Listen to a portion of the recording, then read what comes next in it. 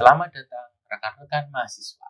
Pada kesempatan kali ini, kita akan sama-sama mempelajari mengenai imunologi infeksi, khususnya imunologi pada long COVID.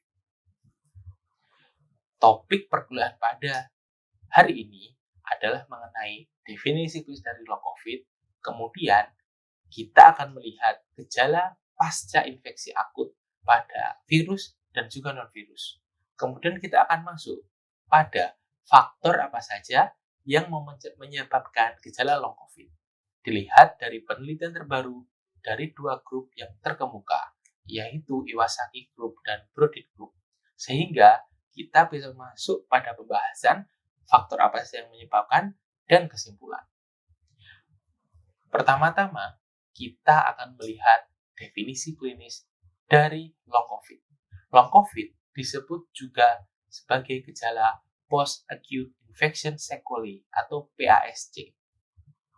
Definisi klinis long COVID menurut WHO, CDC, dan United Kingdom Health Safety Agency memiliki persamaan adalah munculnya gejala antara 1 hingga 3 bulan setelah terinfeksi.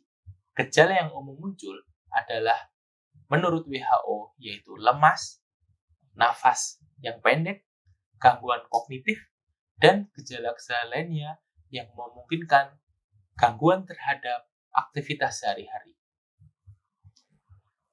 Gejala pasca infeksi akut ini ternyata tidak hanya muncul pada infeksi COVID.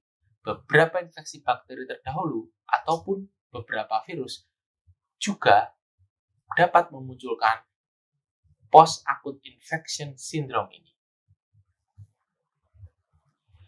Kita akan mempelajari penelitian dari Iwasaki Group, di mana penelitian menurut Iwasaki Group menyebutkan bahwa berdasarkan penelitian tersebut, infeksi persisten patogen baik SARS-CoV-2 sendiri ataupun virus yang lain yang didalami terhadap partikel berupa DNA, RNA, protein, dan juga dinding sel bakteri akan dikenali sebagai PAMS atau Pathogen Associated Molecular Pattern. Kita bisa melihat pada gambar A. Nah, PAMS ini akan dikenali oleh PRRs atau Pattern Recognition Receptors yang menginduksi infeksi persisten patogen pasca infeksi COVID. Yang kedua, infeksi COVID dapat menyebabkan autoimun melalui induksi terhadap self-antigen. Fenomena ini disebut juga sebagai molecular mimicry karena antigen yang berasal dari patogen dapat menyerupai self-antigen. Sel T dan sel B yang otoreaktif akan teraktivasi akibat disregulasi T-regulator. Selain itu, pada kasus COVID ditemukan antibodi terhadap GPCRS. Salah satu marka yang dapat digunakan untuk melihat gejala long COVID ini adalah adanya peningkatan proporsi sel TCD4 tipe 2 pada long COVID. Seperti pada gambar berikut. Kemudian, selain kedua faktor tersebut, terdapat faktor disregulasi mikrobiom, virom, dan mikobiom yang diinduksi oleh infeksi awal atau respon imun setelahnya.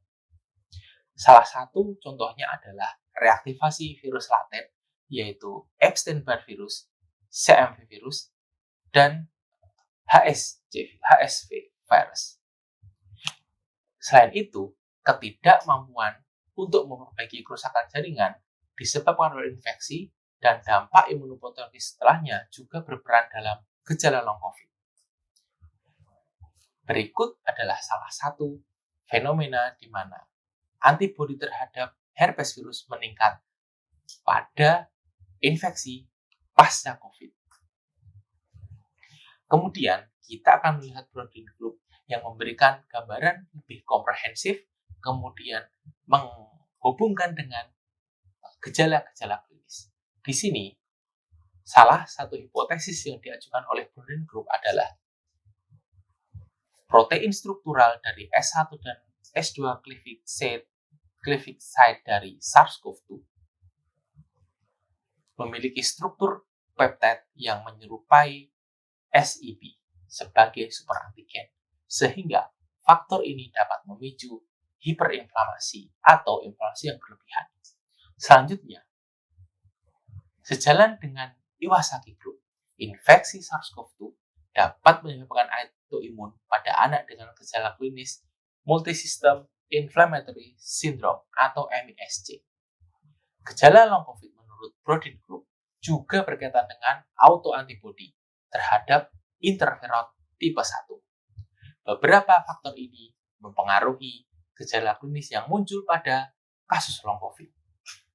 Dari pemaparan sebelumnya, kita dapat melihat bahwa faktor yang melandasi terjadinya long COVID yang pertama adalah infeksi persisten patogen koinfeksi pasca infeksi primer SARS-CoV-2.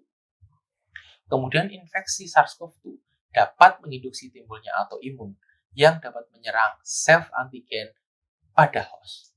Selain itu, dysregulasi mikrobiom, virom, dan mikom juga dapat berperan sebagai faktor yang melandasi gejala klinis long COVID.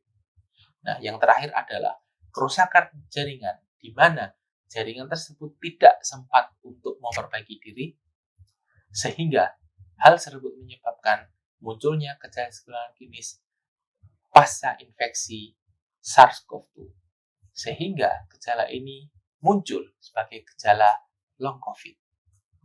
Kesimpulan dalam penelitian ini adalah long COVID disebabkan oleh beberapa faktor yang paling berperan, yaitu infeksi persisten patogen dan dysregulasi sistem imun. Salah satu contohnya adalah adanya sel CD4 yang mengekspresikan interleukin 4 positif dan interleukin 6 positif. Selain itu, muncul antibodi reaktif herpes virus sebagai contoh EBV. Super antigen juga menjadi faktor yang dapat menginduksi hiperinflamasi. Faktor autoimun juga berperan dalam perkembangan long COVID melalui autoantibodi terhadap interferon tipe 1 yang dimungkinkan karena faktor genetik yang memungkinkan berperan dalam perkembangan long COVID ini. Yang kedua adalah adanya mekanisme mimikri molekuler yang menyebabkan sistem imun akan menyerang self-antigen, sehingga dapat menyebabkan munculnya gejala klinis long COVID. Demikian presentasi pematerian pada sesi ini. Sampai jumpa di kelas berikutnya. Terima kasih.